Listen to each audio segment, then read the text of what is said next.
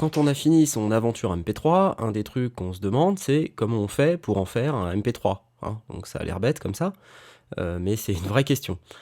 Donc dans pas mal de logiciels audio, il suffit de faire un export. Donc il y a une fonction export qui sert à ça.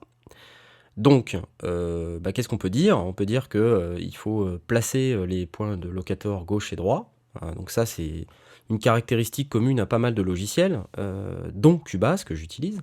Donc les points de locator gauche et droit, c'est ces espèces de trucs dont j'ai déjà parlé dans un précédent tutoriel, et qu'il faut fixer. Donc là, je les ai fixés arbitrairement à deux valeurs entre 3 minutes et 3 minutes 20, juste pour l'exemple. Donc c'est une partie de l'épisode 14. Je vous quitte également. Je crois qu'il est temps de soustraire le D6R27 à la torture de ce langage fleuvé. Je les accompagne, je dois me repoudrer le nez. Voilà, c'est une partie de l'aventure MP3, les aventures du survivant. Et pour pouvoir l'exporter en MP3, c'est simple, je fais Fichier, je vais dans le menu Exporter, et là j'ai une option qui s'appelle Mixage audio. Donc vous avez deux solutions, soit vous utilisez un export au format WAV, soit vous voulez directement aller prendre un fichier au format MP3, donc ce que vous pouvez faire aussi, il n'y a pas de souci. Donc là je vais sélectionner mon nom de fichier, donc là j'ai mis en test export MP3. Je peux aller sélectionner le répertoire dans lequel je vais le mettre, donc là je l'ai déjà sélectionné, mais bon, vous saisissez l'idée, hein. Et puis ensuite vous choisissez les différentes valeurs, donc par exemple pour un MP3, 128 kilooctets kilobits seconde c'est bien, en 44.1 parce que les valeurs standards c'est bien aussi. Vous pouvez éditer vos tags ID3, c'est-à-dire les tags qui vont s'afficher sur votre lecteur MP3 quand vous allez lire l'aventure MP3. Donc là je les insère pas, je m'en fous, c'est juste pour l'exemple. Il y a une option haute qualité, je ne sais absolument pas à quoi ça sert dans ce logiciel, et c'est très drôle, hein, une option haute qualité, c'est comme les boutons réparer tout maintenant dans les environnements Microsoft, j'adore. Voilà, et ensuite vous choisissez la sortie que vous voulez exporter. Donc là, il y a plusieurs voies de sortie. Ici, ce sont mes sorties physiques de carte son, qui sont nommées comme ça.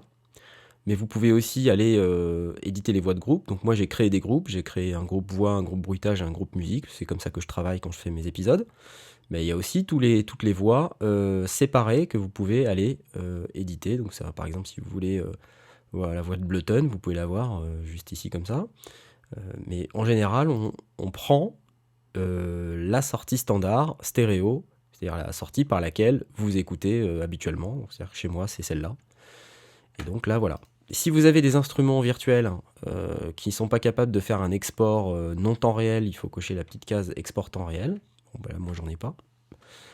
Et vous pouvez soit rester comme ça et faire exporter, soit réinsérer votre fichier résultant dans votre bibliothèque audio ou sous forme de piste audio. Donc là, je vais juste faire exporter.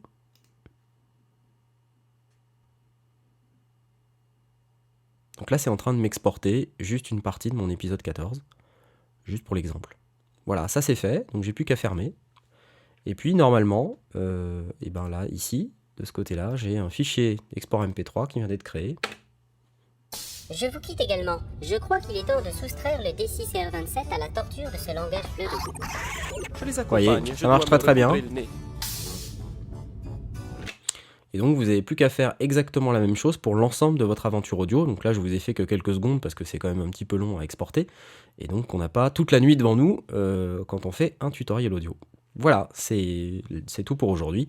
Il s'agissait juste de vous expliquer comment on fait un export audio et maintenant vous savez le faire.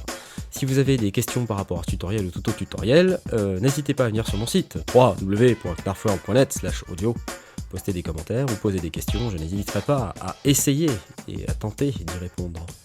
Au revoir.